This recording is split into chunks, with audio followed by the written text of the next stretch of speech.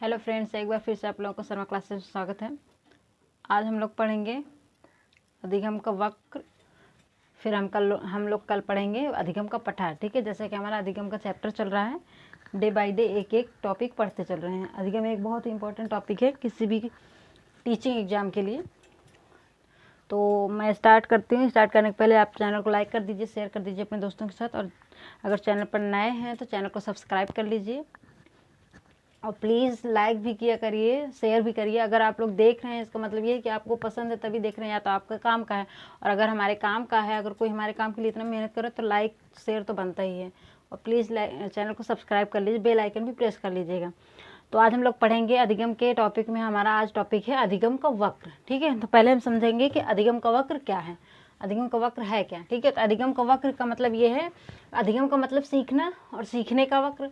तो क्या है कि सीखने की गति का चित्रात्मक प्रदर्शन ही अधिगम का वक्र कहलाता है। मतलब ये है कि कोई बच्चा या कोई इंसान कोई भी है जो सीख रहा है, तो उसकी सीखने की गति जो होती है उसको हम चित्र द्वारा जब प्रदर्शित करते हैं किसी कॉपी पे या ग्राफ पे, तो चित्र द्वारा जब प्रदर्शित करते हैं तो जो इससे ही हम क्या कहेंगे, अधिगम का वक्र कहेंगे। ठीक है, तो अधिगम किसी व्यक्ति या बच्चे किसी के भी, तो हम डायरेक्ट लिख सकते हैं कि सीखने की गति का चित्रात्मक प्रदर्शन ही क्या है, अधिगम का वक्र है। ठीक है, अब हम क्या कहेंगे, अगर पूछा जाता हमसे कि अधिगम का वक्र की अवधारणा किसने दी थी, तो किसने दी थी, एबिंगहॉस। एबिंगहॉस एक मनोवैज्ञानिक है जिन्होंने सर्वप्रथम अधिगम के वक्र की अवधारणा दी थी। तो अधिगम के वक्र की अवधारणा किसने दी थी, एबिंगहॉस ने दी थी।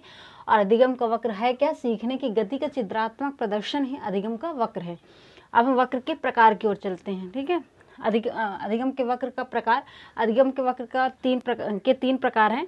पहला है सरल वक्र, दूसरा है नतोदर या धनात्मक वक्र, इसको नतोदर वक्र भी कहते हैं और धनात्मक वक्र भी कहते हैं।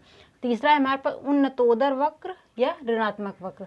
तो वक्र कितने प्रकार के हैं, तीन प्रकार के। अधिगम के वक्र तीन प्रकार से बनते हैं, एक सरल वक्र, एक नतोदर वक्र, एक उन्नतोदर वक्र। ठीक है, अब हम एक एक करके पढ़ लेंगे इसको।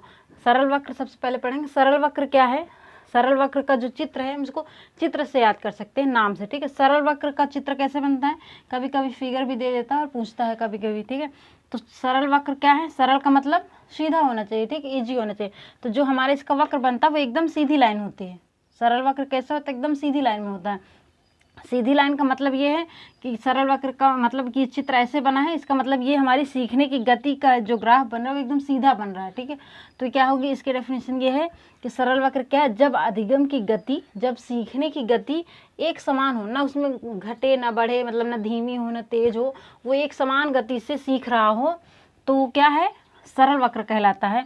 जो कि मनुष्य के लिए पॉसिबल नहीं है, क्योंकि मनुष्य है तो वो थक जाएगा। एक समान गति से वो कोई भी चीज़ 1 घंटे सीखेगा, 2 घंटे सीखेगा, लेकिन उसके बाद ज़रूर थक जाएगा। उसके सीखने की गति में धीम या तेज कुछ तो होगा ही, मनुष्य के बस की बात है ही नहीं। मनुष्य के लिए पॉसिबल ही नहीं है कि वो एक समान गति से किसी चीज़ को सीखे। ठीक है, तो ये पॉइंट दोनों याद रखिएगा आप लोग कि सरल वक्र क्या है, जब अधिगम की गति क्या हो, एक समान हो।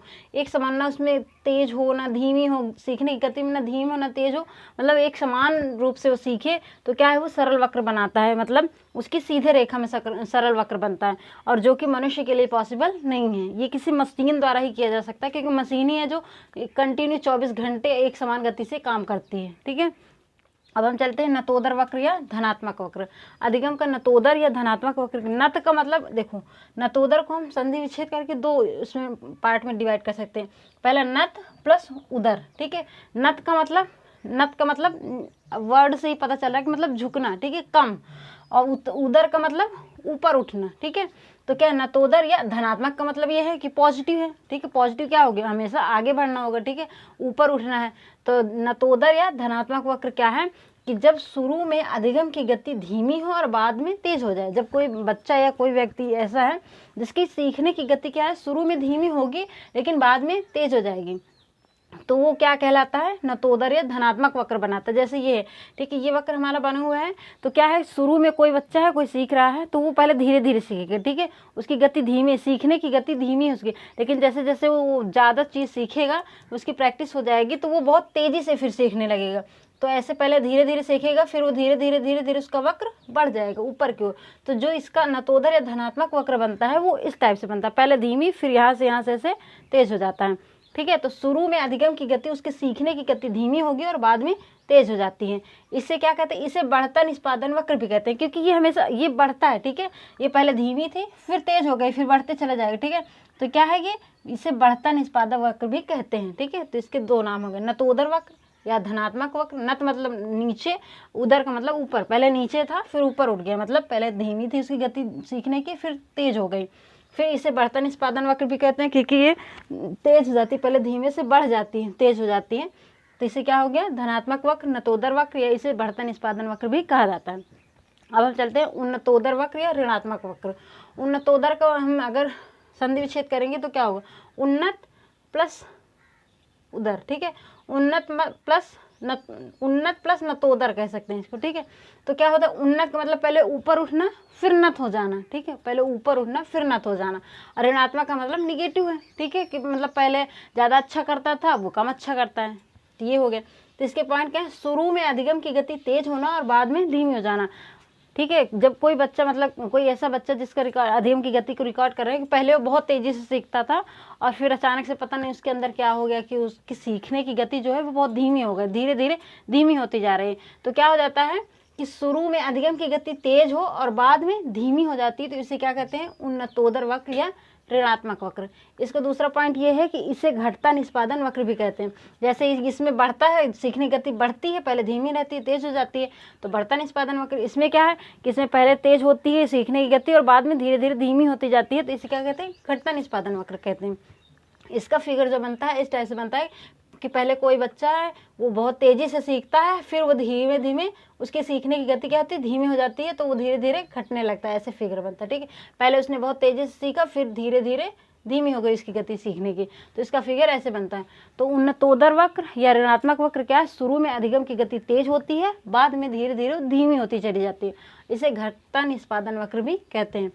तो आज हम लोगों ने पढ़ा अधिगम का वक्र क्या है, उसके प्रकार क्या हैं, कौन से प्रकार से किस प्रकार का फिगर बनता है, इसके पॉइंट्स आप लोग याद कर लीजिए, इसका फिगर भी देख लीजिएगा, फिगर को इससे रिलेट कीजिएगा, वो जल्दी समझ में आएगा, ठीक है।